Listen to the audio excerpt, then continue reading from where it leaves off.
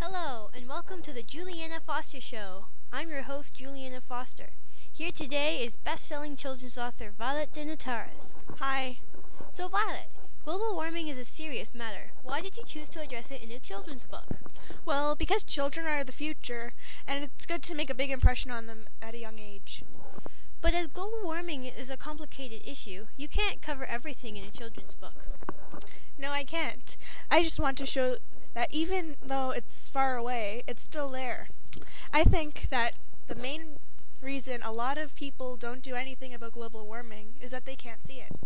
Is that why you chose to use real photos in your book? Yes, I want to show that it's real, not just something on TV or in a book.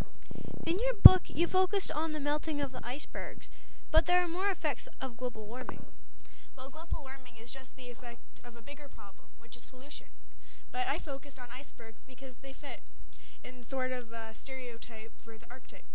Without ice and snow, the Arctic can't be the Arctic, so it seems more important to the younger ones than, say, smog in a city.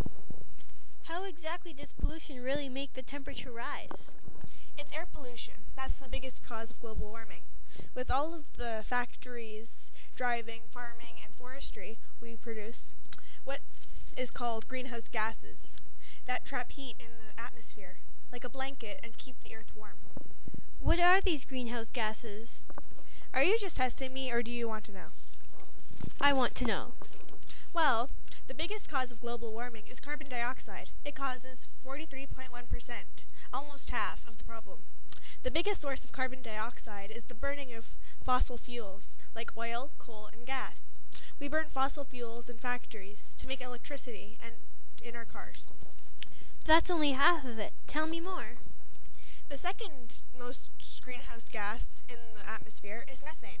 While methane counts for just about 26.7% of greenhouse gases in the atmosphere, but over time, methane is much more powerful at trapping heat than carbon dioxide is.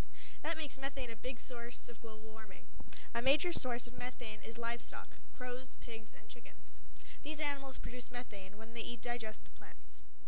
How else is methane released into the atmosphere? Methane is also released into the atmosphere through the melting of permafrost. What is permafrost? Permafrost is the frozen soil in the Arctic and Antarctic regions.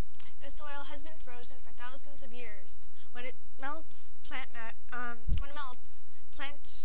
matter in the soil will thaw and decay, adding huge amounts of methane to the air. This increases global warming and melts more permafrost, creating a positive feedback loop. How can that be positive? It's not, but it's called a positive feedback loop because it builds on itself as it repeats. So just those two gases make up nearly 3/4 of the greenhouse gases? Yep. Is there any other information you were not able to put in your book?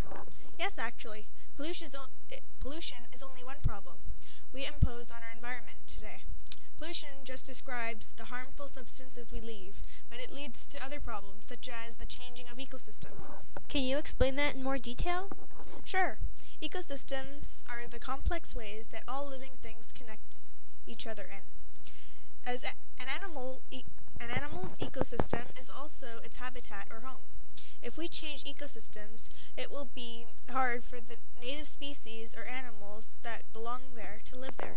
I can see where this is going. When an animal's habitat changes, it will either die out or move somewhere else. Then another animal will move in or the ecosystem will be ruined. You're right, but whatever happens, the ecosystem may be changed forever. Remember, there is more than just animals and birds that make up an ecosystem.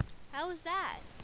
An ecosystem is made up of biotic or living and abiotic, which is non-living things. The biotic factors of an ecosystem are the animals, birds, insects, and plants.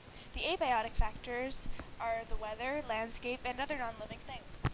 Wow, this is all really interesting. And we're causing all this to change? Yes, many of the things we do every day change the world, such as mining, forestry, and building. But global warming can't change abiotic features of an ecosystem, can it? Actually, global warming can change abiotic features. After all, one abiotic feature is the weather, which does change. Also, if trees die, the soil will erode, which is also a change abiotic features. And the melting of icebergs is an abiotic change too, right? Yes. I never thought of it that way before.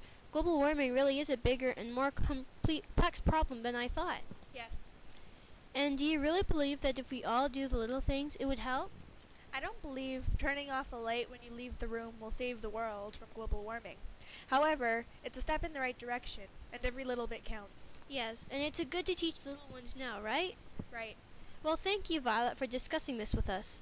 I'm sure it has been educational for all of us. That's all the time we have today, folks, so tune in next time to the Juliana Foster Show.